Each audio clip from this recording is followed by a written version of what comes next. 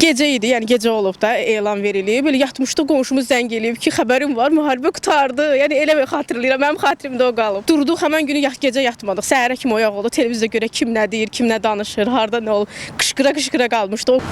Gözlərim doldu. Ağladım sevindiyimdən. Qalibiyyət günüdür, qələbə günüdür. Tam fərqlidir yəni. Bu günə qədər olan bütün xatırladığımız həm işğal günləri və s. Tamamilə hər şey dəyişdi. Yəni bir həyatın dönüş nöqtəsi deyərdik. Ankara'da Azərbaycanlı olaraq yəni oradakı o qürurumuz, o axşamı keçirdiyimiz o həyəcanı, o bizim Heydər Əliyev Parkında yaşadığımız o axşamı yəni ki tam fərq, yəni necə deyim, qürur verici bir duyğudur yəni. Həm ağladım həyəcanımdan. Bu qədər şəhidlərin sayəsində biz bu gözəl hissləri yaşayırıq və gələcəkdə də gənclərimiz bu necə deyirlər, bunları hamısını gözəl xatırlayacaqlar. Şu an azad olduğunu eşitəndə necə reaksiya verdiniz? Hopandım, sevincimdən göyə tullandım. Ağladım.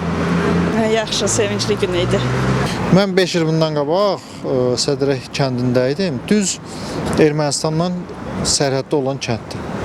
Və çox dəhşətli həyəcan. Yəni müharibənin bitməsi, o vertolyotun partlaması və s. gözümüzün qabağında olub. Yəni müharibənin dayanması söhbəti getmir. Azad olunması və belə deyək, xalqın həm qüvvəsini göstərdi, həm ordunun qüvvəsini göstərdi. Belə o sözlə ifadə olunması deyil. Mən heç bir sözlə o hissimi ifadə edə bilmirəm. Nəzir reaksiya verə bilər, hamını sevindirdi.